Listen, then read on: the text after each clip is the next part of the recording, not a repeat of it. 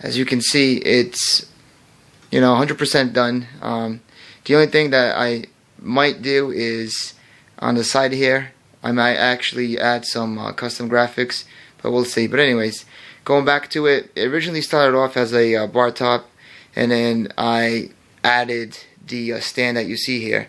And the stand basically, just houses some Nintendo stuff right now and old games and whatnot, and it's great for storage. So I added that. I added the gun right here, which is a gun from Ultimarc, the aimtrak.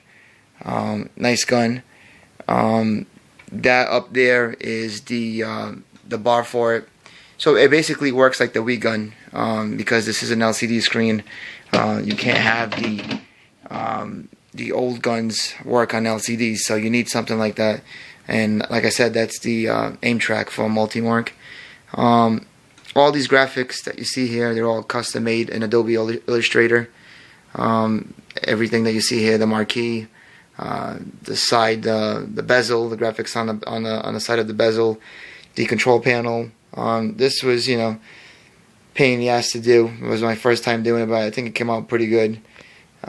Getting these buttons to line up with the holes that I had here with the art file was kind of a challenge, but it got done. Just I did it and it looks okay. You got the 25 buttons right here that simulate quarters. They light up, which I'm going to turn on right now. Is the power button, and over here the speaker. I put the speaker cloth on there, and it looks pretty good. So let's turn it on. We'll press this button right here. You can hear it kick on. And I think what I'm going to do is I'm going to turn off the lights a little bit so we can see the marquee light up. And there's the 25-cent buttons. It's 5-volt DC, basically connected to the power supply. So it's booting right now. I hid some of the screens. I'm using Windows 7. I'm not going to go into detail how I did that, but well, you'll see it says Lucky 13 Arcade instead of Windows 7. And then on the splash screen coming up right now, you'll have Wicked Ralph come up and be angry at you, do his thing.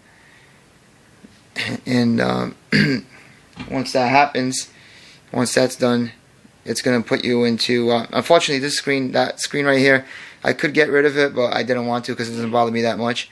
But then it puts you into hyperspin. Now from hyperspin, you can go ahead and, choose what system you want to play. And these are all the systems I have on here: Nintendo, Super Nintendo, Genesis,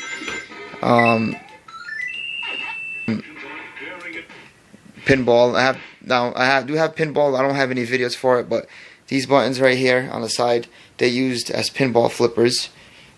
There's one, and there's the other one right there. What else do I have? We can just go quickly through. This is Mame, all the arcade games, and you can see at the top there, I actually added that graphic into it, which is part of what's up here, part of the marquee itself. So there's some custom graphics that I did in the interface itself. Not many, but there is some. So let me show you. We can go ahead and go into Mame, and all these buttons, they're all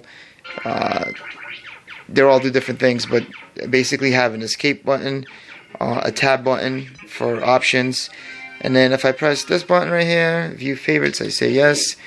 So it's all customized to do different things. And I don't know, what do you want to see? Let's see, what game can we play here that everybody knows? I guess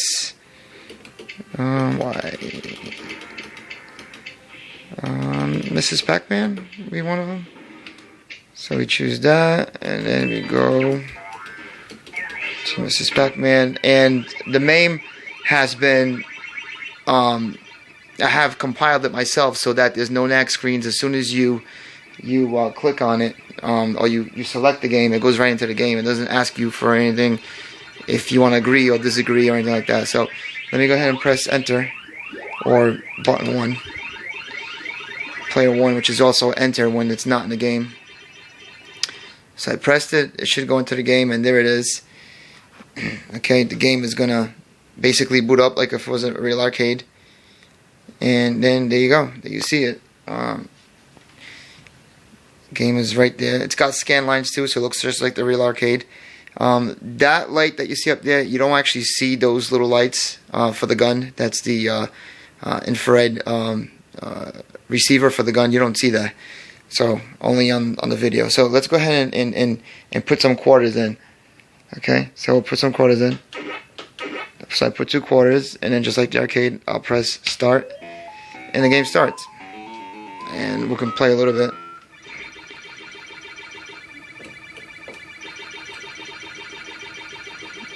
I mean, it's came out really nice.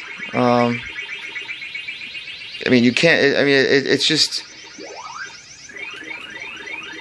It's as close as it can be to the arcade. Put it that way. I mean, if you have a Mrs. Pac-Man side by side, and you're looking at them both aside from the cabinet, you're not going to tell which one is which because, like I said, there is scan lines on here, so it looks like just like the original arcade. It's kind of hard to play this game with one hand while you're filming, but you get the idea.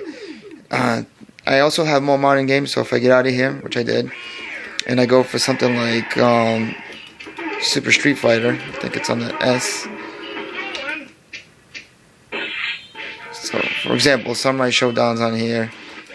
I will choose Street Fighter Championship Edition. Go ahead and hit enter, and let's wait for it. I'll turn on the lights here again.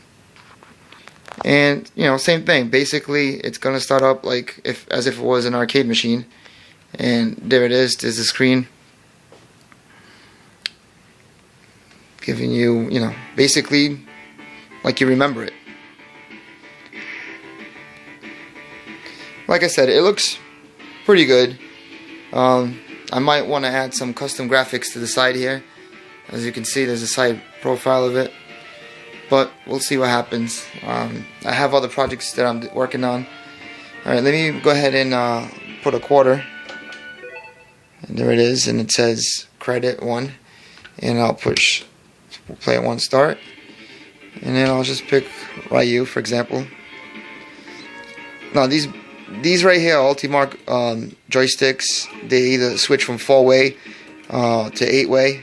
I have it on 4-way right now, but as you can see, they work pretty good. I mean, it's not ideal for fighting games. That's not what I would choose. But this is a cabinet to play everything, not just fighting games. You know what I mean? So that's the way I did it. So let me just pick one more thing. We'll go ahead and pick a gun game.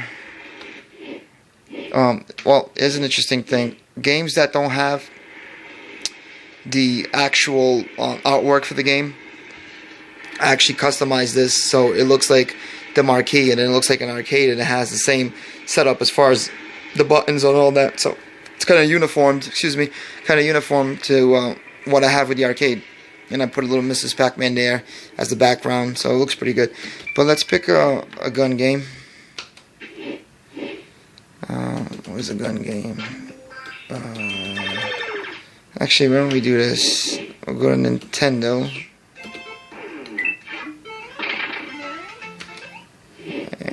This one, view favorites. Press this one here. I'm gonna go here. And let's pick Duck Hunt. There's Duck Hunt. There it is. And we'll choose that. Alright. And then this is configured to be select, start. I'll pull up the gun. Now, I don't know if I'm going to shoot any ducks, but no. This is up. Yeah, shut the F up. There it is. So that's the gun. I mean, there's one red button there, the trigger button. So there's actually 2 buttons in total for the gun that you can assign. Okay, that's what it is. So to stop the game or exit the game, you press escape. Press escape again. So let's go back to Mame, for example. Now we're at Mame, which has all the arcade games. That's what Mame is. So for example, if you want to play Double Dragon, I just press the button to play Double Dragon. And the way I did this is, see the tab button here, which is the most important thing. On Mame, it gives you all the input setup and all that stuff. So if you go to input this game, we can see what the buttons are, and they're all mapped to a mini-pac. So it's basically these buttons are like keyboard buttons, but then they mapped. They actually, when you press it, you press a letter. The letter is the keyboard letter, which then goes into the mini-pac, and it translates into the game. But I'll get rid of that. So there it is. Again, we can put a quarter. We can do whatever we want to play that game. But that's how it is. I'm also working on the Donkey Kong right now, and I got a top speed racing game that I'm going to convert to MAME. The Donkey Kong I'm converting, it was actually Hogan's Alley that I'm converting to Donkey Kong. I want to keep that original, but the top speed is it's not that good of a game. It's not really nostalgic, so I'm going to convert that into a MAME racing game. Well, I think I really want to put some graphics over there. Well, we'll see. I'll make another video on this as far as like the hardware and the problems I had, which are many, and what I would do different and wouldn't do different. But that's for another video. So here it is right now. That's the arcade. It's finished as far as I'm concerned. And I hope that you guys liked watching the video. Thank you.